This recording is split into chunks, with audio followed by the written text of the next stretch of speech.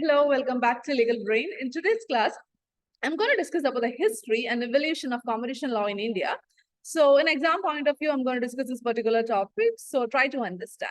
I would like to start to discuss from MRTP Act. I'll be discussing from the first act, that is MRTP Act 1969 in India, and later it has been replaced by the Competition Act of 2002. So I will be discussing about the evolution and history, like how the transformation happened from MRTP Act to Competition Act.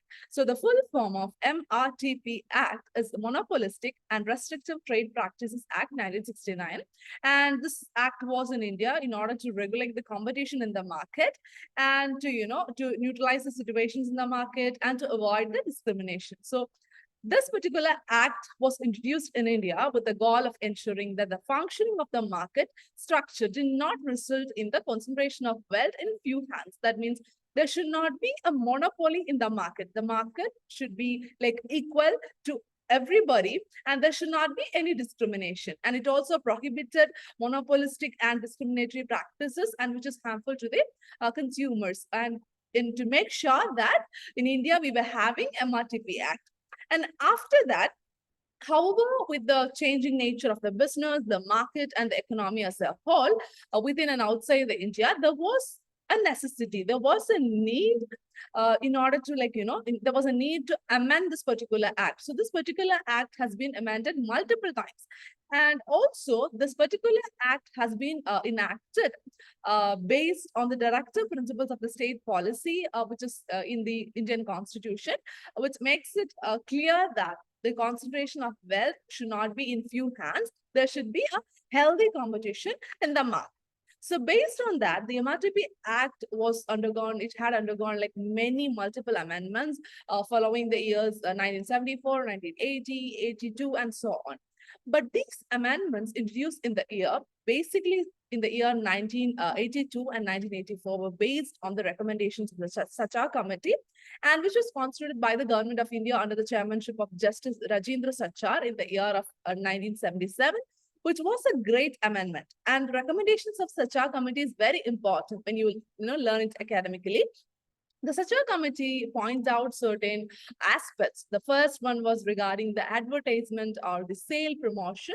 And Sachar Committee recommended that such advertisements or sale promotion should not be fake, or it should not be deceptive, or it should not be fake, or it should not be with a motive to cheat anyone. So it should not be defective in nature. Whatever you are advertising or whatever you are doing, whatever promotion, sales promotion you are doing, it should be genuine and it should not be deceptive in nature. And the second point is that fictitious bargaining. Like, we are creating a demand. Actually, there is no demand, and we are creating a demand, and, that leads to a fictitious bargaining, and which was another common form of deception. Deception means cheating.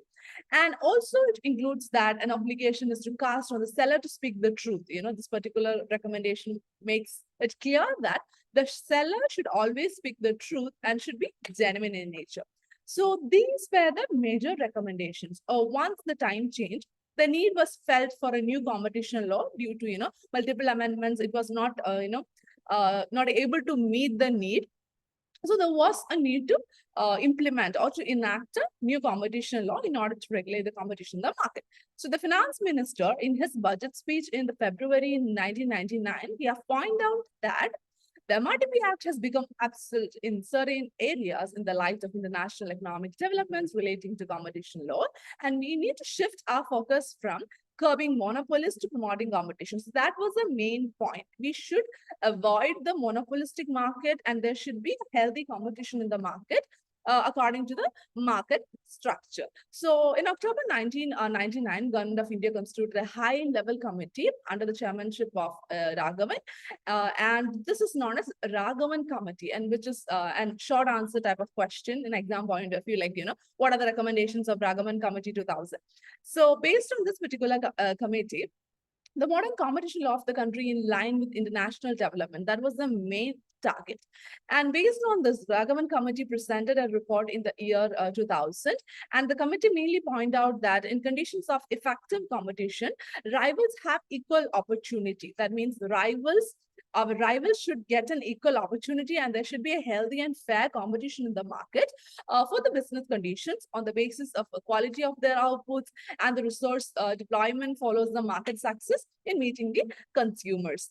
And also another important point that lead to the amendment, or that leads to the enactment of new competition law 2002 is economic liberalization.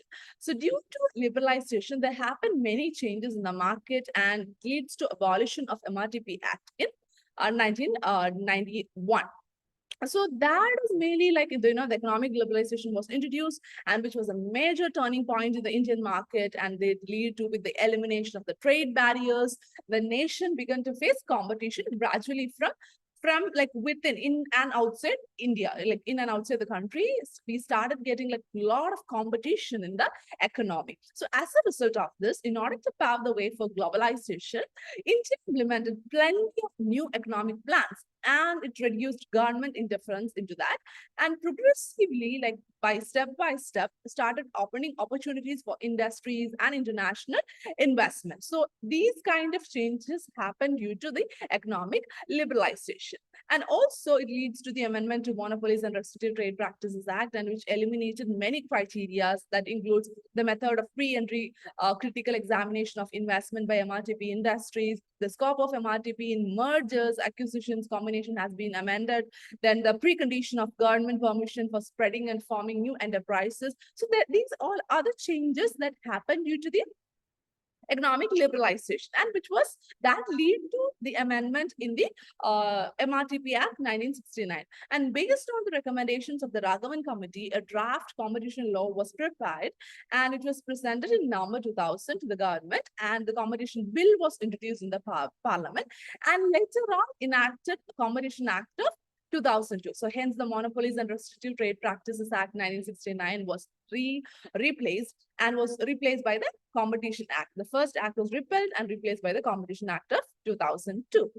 And the emergence of Competition Act 2002 brings a new era to Indian economy and the market situations, and that lead to restricting the monopolies, or like eliminating monopolies in the market, and pushing competition in the market, so that our rival will also get an equal and fair opportunity to compete with us. So the Indian Parliament enacted this particular act, and that mainly tried to govern the anti-competitive behavior in the firms or in the market. They try to eliminate the anti-competitive practices, and also in order to introduce to avoid behavior such as AAEC, that means appreciable adverse effect on competition. The meaning is, whoever is making or causing an appreciable means a few, like a measurable amount, whoever making an appreciable effect, adverse effect in competition, it is against the Competition Act. And the goal of Competition Act is to develop and preserve an open, just, competitive, and creative environment that will protect the interest of the consumers and to serve the best to the consumers by having a healthy competition in the market.